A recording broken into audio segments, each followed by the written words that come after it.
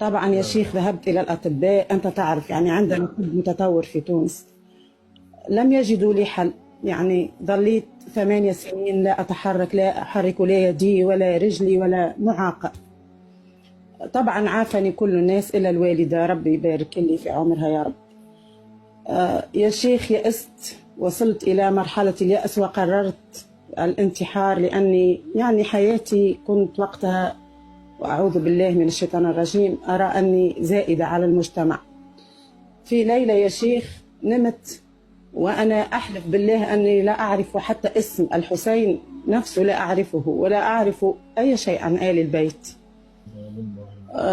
نمت في ليلة رأيت أني نائمة، وكنت أنا عندما أنام مستندة على الحائط لأني لا أتحرك، يعني أطلب من أمي أن تسندني لكي لا أتعبها. في تلك الليلة طلبت منها أن تمدني، يعني أنا كنت ناوية على شيء، أستغفر الله العظيم. رأيت في منامي جاءني رجل عريض الأكتاف، يعمل عمامة خضراء على رأسه، يعني أنا رأيت وجهه كاللؤلؤ، ورأيته أتى أقعدني أجلسني.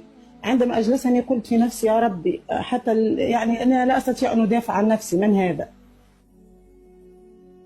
ضغط علي بيده وقال لي أنا الحسين، وعنده خاتم بيده اليمين نزعه وجعل يرقيني بذلك الخاتم.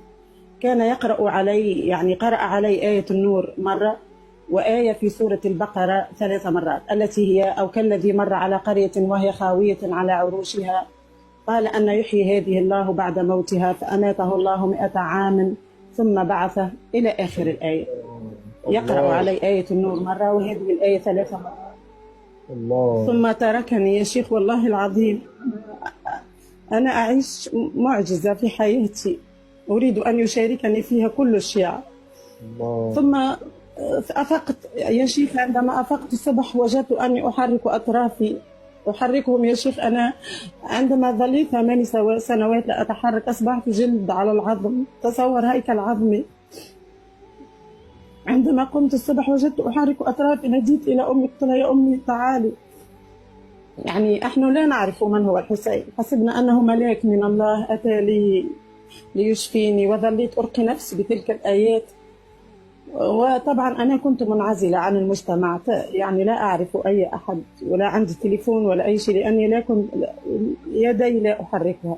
طبعا عملت تليفون في وقتها، وأول ما نزلت تيك توك أطردني مقطع فيديو لموت الإمام الحسين عليه السلام. سلام الله. يعني حز في نفسي كثيرا، إلى حد الآن لم أعرف أنه هو الذي أتاني بالمنام. بكيت في ليلتها كثيرا ونمت.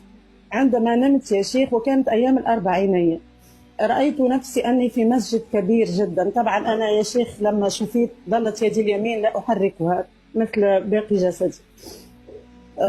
رأيت أني في مسجد كبير كثير النوافذ والأبواب، وأن كان فيه ضريح، وكان فيه والله يا شيخ هيك أنا رأيت وجوه الناس كأني في الدنيا، كأني في الدنيا لا أحلم. ورأيت الناس يدخلون ويخرجون. تساءلت في نفسي، لم أتكلم، قلت يا ربي أين أنا؟ يعني أنا لا أعرف هذا المكان ولا هذا الضريح ولا هذا.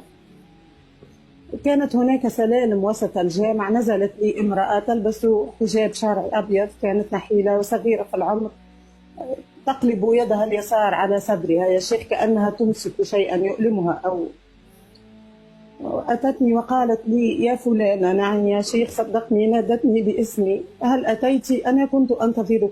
قلت أنا من هذه يا ربي تناديني باسمي وأين أنا؟ قالت لي أنا فاطمة الزهراء وأنا كنت أنتظرك. ثم أشارت إلى الناس الذين يدخلون ويخرجون، قالت يا رأيت الزائرين أنا سوف أذهب لاستقبالهم، وأنت أطبخي كذا وكذا ووزعي على الزائرين. ثم ابتعدت عني خطوتين. قلت أنا يا ربي كيف سأطبخ لها وأنا يدي لا أحركها اليمين؟ أنا عندما شفت ظلت يدي اليمين لا تتحرك. كأنها سمعتني، رجعت لي ثم مسكت على يدي اليمين 3 مرات، هيك ضربتني 3 مرات وابتسمت وذهبت. والله يا شيخ، والله وحق مولاتي الزهراء التي لم أكن أعرفها أصلا ولا أعرف اسمها ولا أعرف من هم آل بيت رسول الله أصلا، لا أعرفهم، لا أعرف غير أن رسول الله توفي عادي، لا نعرف لا نعرف سيدنا علي ولا نعرف أي شيء. عندما أفقت الصبح يا شيخ وجدت يدي أحركها طبيعي جدا جدا، أحركها كأني لم أدخل إلى حجرة طبيب، وكأني لم أكن معاقة يوما، وكأني لم أصب، وكأني لم أمرض. والله يا شيخ كل من ينكر ولاية أمير المؤمنين وآل بيت رسول الله هو شقي والله العظيم.